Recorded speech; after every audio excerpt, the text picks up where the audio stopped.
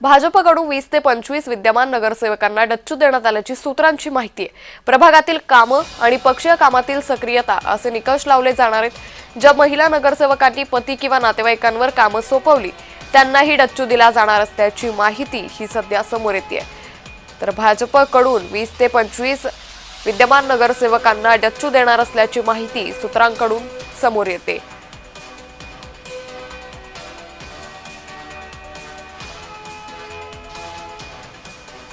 तर भाजपकडून 20 ते 25 विद्यमान नगरसेवकांना डच्चू देणार असल्याची माहिती सध्या समोर येते। प्रभागातील कामं आणि पक्षीय कामातील सक्रियता असे निकष यावेळी लावले जाणार आहेत। ज्या महिला नगरसेवकांनी पती किंवा नातेवाईकांवर कामं सोपवली त्यांनाही डच्चू देण्याच्या तयारीत भाजप असल्याचं पाहायला मिळतंय। तर भाजपकडून एकंदरीतच आगामी महानगरपालिका निवडणुकांच्या पार्श्वभूमीवर जोरदार तयारी ही सुरू झाल्याचं पाहायला मिळतंय। यातच आता भाजपकडून 20 ते 25 विद्यमान नगरसेवकांना डच्चू दिला जाणार असल्याची माहिती समोर येते। त्यामुळे या प्रभागांमध्ये आता नवीन नगरसेवकांना अधिकच संधी वाढल्याचं दिसून येतंय।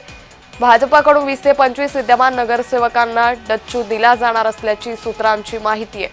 प्रभागातील कामं आणि पक्षीय कामातील सक्रियता असे निकष हे लावले जाणार आहे। ज्या महिला नगरसेवकांनी पती किंवा नातेवाईकांवर कामं सोपवली त्यांनाही डच्चू दिला जाणार असल्याची माहिती ही समोर येते।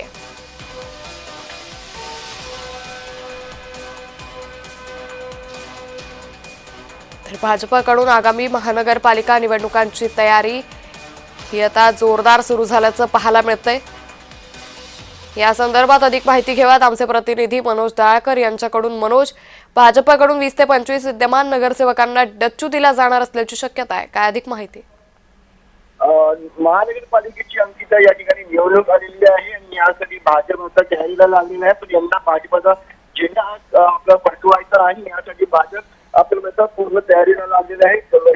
बैठकीला सत्र देखील सुरू आणि जो नगरसेवक काम करणार त्यांना या ठिकाणी जागा ही दिली जाणार आहे आणि जो काम करणार नाही तर या ठिकाणी उमेदवारी दिली जाणार नाही असं देखील भाजपकडनं सांगितलं जातं, अशी सूत्रांकडनं माहितीही मिळालेली आहे। पण आपण या ठिकाणी बघितलं तर भाजपच्या 20 नगरसेवकांना या ठिकाणी डच्चू दिल्याचं या समोर आलेलं आहे। त्यामध्ये प्रभागातील कामं आणि पक्षीय कामातील सक्रिया असे निकष या ठिकाणी लावले जाणार आहेत। त्यामुळे या ठिकाणी जे काम करणार नाही आणि जे काम करणार आहेत त्यांना या ठिकाणी जागा दिली जाणार नाही। आणि आपण बघितलं ज्या महिला नगरसेवकांनी पती किंवा नायकांवरती कामं सोपवली त्यांना देखील या ठिकाणी डच्चू हे देण्यात येणार आहे। त्यामुळे आपण बघितलं भाजप सक्रिय झालेला आहे आणि यांना काही करून भाजपला आपला झेंडा या ठिकाणी फडकवायचा आहे, त्यामुळे भाजप सक्रिय झालेला आहे।